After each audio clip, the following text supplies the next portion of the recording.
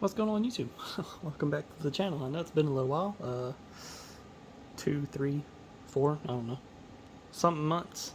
The reason I haven't been posting is quite a few different reasons, but the reason I've been doing YuGiOh is because I took a pretty big break. I just waited for, well, this last ban list that happened, and I decided, I'm going to really get back into going to locals and stuff, so that's what I'm going to start doing, and you're going to start seeing more YuGiOh stuff again, being, openings of packs, boxes, all that yada. And then you'll also see more deck profiles coming in as I'm making new decks, It's pretty fun. You'll probably see updates coming to my salad deck. I'm going to start trying to bring updates to it again like I used to. And yeah, so this is kind of like my rough draft that I'm going to play for the first couple probably locals, and it'll probably change up a pretty good bit. And I'll, bring updates for each. Like, if the changes are significant enough, I'm going to keep informing you and making, more profiles as it goes on. But anyways, enough time talking, let's go ahead and get into it. So we are still on the one Gazelle and the one Falco. Nothing there to change really. So these are like, one's limited of course, and Falco's just a really decent card. So two ofs. We are still on 2 Foxy and 2 Jack Jaguar.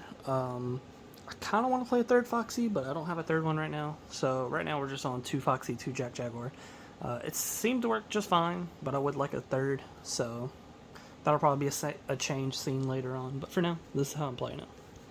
Playing it with what I got. We are on 3 spinning. This is like, a change compared to like my last list. It's a really good change. Very, very, very, very good. Because opening spinny with Silent Mining is good, opening spinny with Circle's good, opening spinny with Gazelle is good. Opening spinny in general is just a good card because it can, extend your combos, which is really, really good.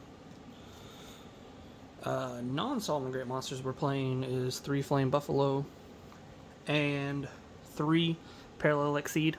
I still like the Parallel Exceed package a lot. The extending you can do with it, and the rank 4s you go into with it is just, it's really good.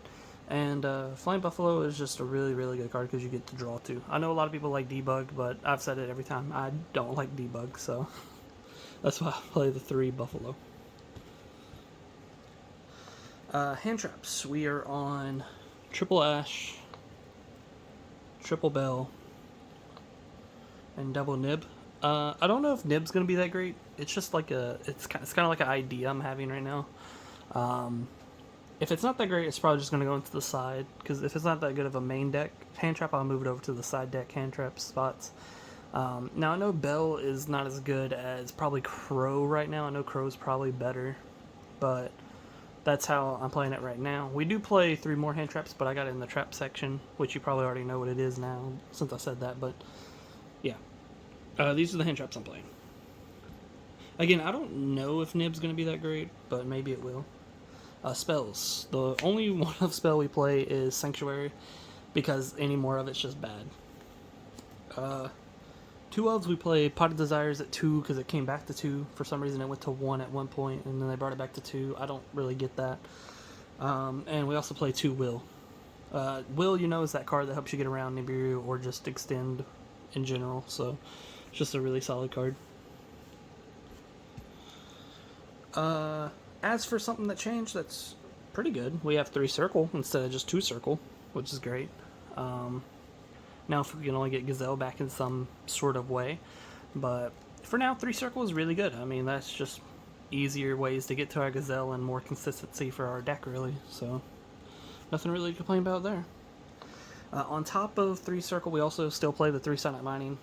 We still only have 1 Gazelle, so technically the more searches we have, the better, because that just means more consistency on top of more consistency. So the more that we can have, the better. So that and Silent Mining, makes your Gazelle alive. So if you end up using like Circle to go search something to even discard off the Silent Mining to then make your Gazelle alive, that can always work too. Traps. We play 1 Rage. Might bump this up to 2, but right now I'm just playing 1. And we're playing 2 Roar. That's the Salamangreat trap lineup, of course. That doesn't really change all that much. Some people play 1 and 1, but with Desires, I'm going to play 2 and 1. I just think Roar is a little bit better than Rage, but That's just my opinion. Now this one can count as a hand trap or trap, but 3 infinite impermanence is our last 3 cards for the main deck. I put it in the trap section just because you're wanting to go first more than you are second, so maybe you're going to be setting the card more than you are activating the card, but you could really put it in either slot. It doesn't really matter, but yeah, 3 imperm. Extra deck. Nothing really different here. We are on 3 Baylinks, 3 Sunlight Wolf, and 2 YuGiOh for the Salamangreat link lineup.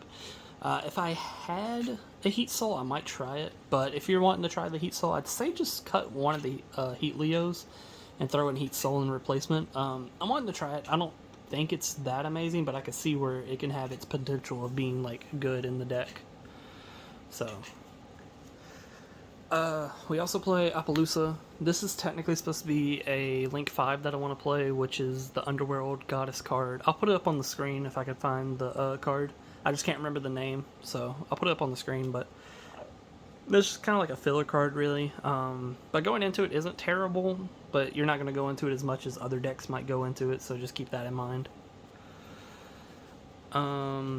Next, we play our Otk package, being the Update Jammer, Transcode Talker, Access Code Talker lineup.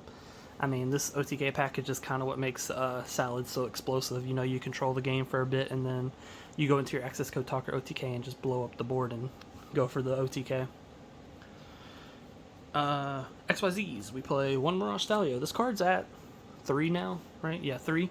I don't think anyone's going to play more than 1 personally, just because if you're playing other stuff like Parallel Exceed like I am, and you're playing even the OTK package, for instance, like if you do it wrong, like if you activate Mirage Stalio at the wrong time, then you're kind of cutting off other stuff that you can do with the deck with the other cards you're playing. So you got to be careful with it, and usually you're only activating Mirage Stalio once anyways, so once you get that 1 Mirage Stalio off, it kind of doesn't matter. That, and you can just, if you really need to, you can recycle the Mirage Stalio with the Sunlight Wolf. So I don't really think it's even necessary to play more than 1, but I don't know. We'll see as, you know, time goes on with the new list, with the new ban list. Other XYZs we play is Baguska. This card is insane. Like, Blind Baguska is actually pretty good for the most part, because just going, like, on your inboard, just having a Baguska in defense with maybe 1 or 2 back row and maybe 1 or 2 hand traps is just nuts, because you're turning off their monster effects pretty much, and then whatever back row you have to back that up, or whatever hand traps you have to back that up, could just be enough to make your opponent not really have any real plays, possibly, which is huge. The last XYZ we play is Abyss Dweller. This one I see a lot of people ask, like, which one should you play, Dweller or Baguska? And I'm just going to play both for now. I know eventually I'll probably find like something to replace the Dweller, but for now I'm just going to play both, because you never know. Maybe they're both viable at the same time. Who knows? I know I'm probably going to end up using Baguska more than Dweller, maybe, just possibly, but Dweller might be better for, who knows, some certain matches that might pop up. Who knows what's going to pop up? Well, I mean, we know what the top decks are going to be, but I'm talking about like rogue stuff that you could just run into randomly. But yeah, that does it for the entire deck profile.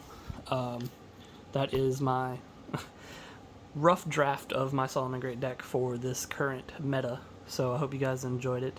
Like, comment, subscribe, hit the bell, and I'll see you guys in the next one.